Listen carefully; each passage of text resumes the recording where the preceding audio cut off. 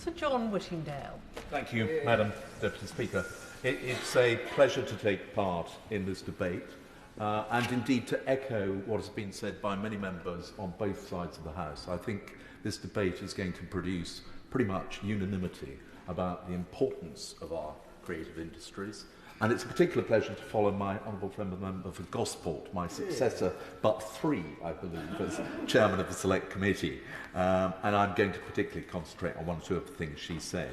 It is happily now recognised how important the creative industries are to this, to the UK's economy.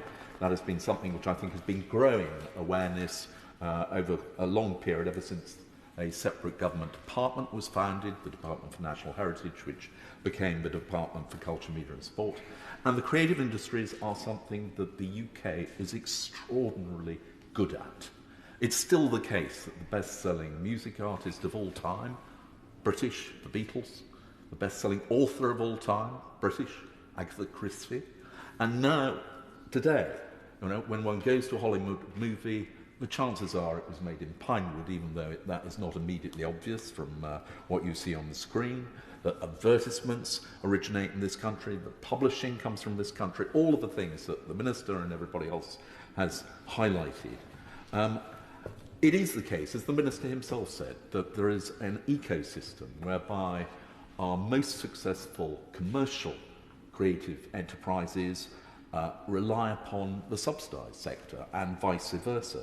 So you have a case like David Tennant, who can start off life in Hamlet with the Royal Shakespeare Company, go via Doctor Who, and end up on TV in Rivals.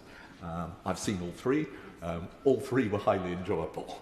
And it is also the case that the subsidised sector has benefited over the years from a Conservative invention, that of the National Lottery, which has produced an enormous amount of money which the taxpayer probably could not actually have afforded to invest. And so many enterprises have benefited from that. I echo what has been said about the importance of education, about the need to ensure that arts are at the core of our curriculum, and also about the importance of grassroots music venues. I went to the Music Venue Trust reception last week, as I know quite a number of members did. I was really interested to hear the honourable gentleman, the member for Wimbledon, and his remarks. I didn't quite ever get to the Roxy, but I did go regularly to the Marquee Club in Wardour Street, the sort of sweaty atmosphere where I heard people like the Buzzcocks and the Clash, and also great bands like Iron Maiden, who started off life in those small venues. And it's a shame that the Marquee Club is no longer with us and that so many venues still struggle. But I would say, as has been referenced already, that actually, had it not been for the Cultural Recovery Fund, which my honourable friend oversaw as Minister in the department during the COVID pandemic, there would be virtually no small venues or indeed large venues left in this country. The Cultural Recovery Fund kept going venues from the Hot Box in Chelmsford all the way up to the Royal Albert Hall, and they were literally looking over the precipice until the government stepped in. It's also the case that the creative industries have enormous benefits to this country internationally. I too welcome the creation of the Soft Power Council by the government. Having served as chairman of the CMS Select Committee, I now sit on the Foreign Affairs Committee, so we are continuing to collaborate between committees, looking at the importance of soft power. And last week, maybe 2 weeks ago, we heard from the British Council, which was referenced earlier in the debate. The British Council does do an extremely important job. It is ridiculous that every year it is having to go to the government and ask to have the loan rolled over, and that until agreement is reached, it is staring at insolvency. And I hope that is something which the government will now address. And the British Council does many worthy things, but one thing in particular it administers, which I have a soft spot for, and I hope the ministers, both the ministers from the department and front bench, will share, and that is the Cultural Protection Fund.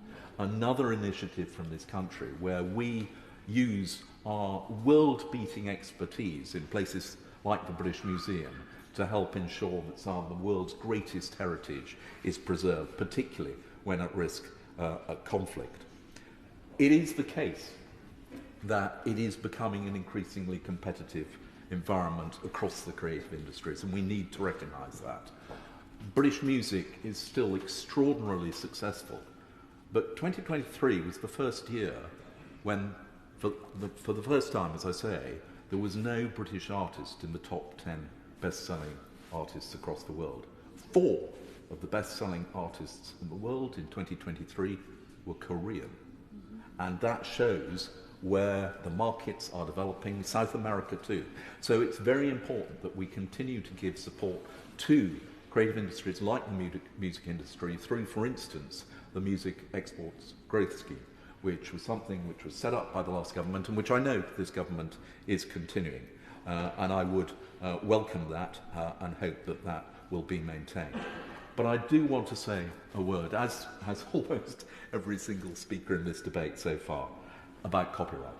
I currently chair the all-party group on intellectual property, and we recently had a meeting with the chairs of all the APPGs representing music, representing publishing, representing visual art, representing media, who came together to listen to those creative industries express their deep concern about the government's suggestions that they may introduce an exception to the copyright protection which will benefit AI.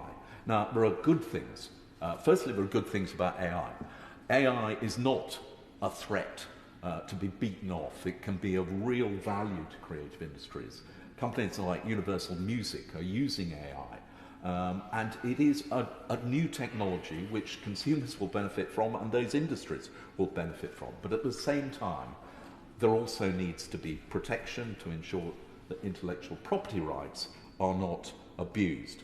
Now, the Minister in his remarks said that there was legal uncertainty, and it is true that there are a number of cases taking place. But just because cases are taking place, that means that intellectual property rights owners are defending their rights by going to court. It doesn't mean the law is wrong. They are using the law, but it doesn't necessarily mean that the law isn't perfectly clear. Now, there are elements of what the government is proposing which we very much welcome. The importance of transparency is something which has come out in what the government proposed and absolutely is vital. If rights owners are to be able to protect their property, they need to know, first of all, where it is being used, and therefore transparency is the first essential requirement for that to happen. So I very much welcome what the government is proposing to ensure that there is transparency where AI large language models are using content from across the internet to generate their own content. But where I think there is alarm is on the consultation around a text and data mining exception. Now, the government on the one hand says that it is consulting on that. But on the other hand, when the Secretary of State made his statement in the House just a couple of weeks ago, he said that the government was accepting all of Matt Clifford's recommendations. And one of those recommendations is to introduce a text and data mining exception. So I hope that the Minister, in his response, or maybe his the Minister will be responding, and I'll happily give way now to the Minister. I'll do it now if it's okay. So in the Matt Clifford makes a recommendation. We have said in response on that specific issue, which is, I think, recommendation number 24, that we are consulting. We have not decided. We are consulting. It's a consultation, not the second reading of a debate, of a bill. Well, I'm extremely grateful to the Minister, and that is of some reassurance that the government's mind is still open. And I hope that they will listen to the voices from across the chamber who are expressing concern. There is an objection in principle to option 3, which is this idea that rights holders have to opt out. It reverses what has long been the case, that people can rely upon the protection of their rights unless they choose to give it up. They shouldn't have to come along and ask that their rights should be protected, which is what an opting out system entails. So there would no longer be automatic protection with an opting-out system. It would also put a huge burden on many of the small rights holders. There was a suggestion that photographers might have to seek an opt-out for every single picture that they had ever taken. Now, I hope that that is not the case, but there is a lot of uncertainty that is being created. It is also the case that every creative industry is different. As the writers, the ALCS told us last week, writers may want for their works to be used for some purposes, but not for others. Whereas it appears that this is going to be a binary system where either you opt in or you opt out. It also is incredibly difficult to enforce. If somebody comes and takes a picture on their own phone of a painting and then puts it onto social media, how does the rights owner stop that being used by a large language model which goes out absorbing all this content? And as has been said already, there is no workable system in existence at present which allows for opting out. The EU have tried to introduce one. There is, as I'm sure the Minister is fully aware, the robots.txt algorithm that is supposed to identify well, the Minister from a sedentary position says it's useless. He's entirely right, it is useless. And the problem, therefore, is that there is no workable solution at the moment. And the Minister has said, and the government has said, that they will not introduce this option until there is a workable system in existence. Well, that is a reassurance, but how is the Minister going to decide whether or not the system that is being proposed is indeed welcome? And even workable, rather. And if it is workable, how is it enforced? Are individual rights holders going to have to go to court if they believe that they have opted out and yet they still find that their works are being used? There are a whole host of questions, and I absolutely recognise the Minister's commitment and wish to find a way in which rights are protected. But I have to say, at the moment, there are an awful lot of questions and there don't appear to be any answers. And I hope the Minister, in his response, may be able to address some of those questions.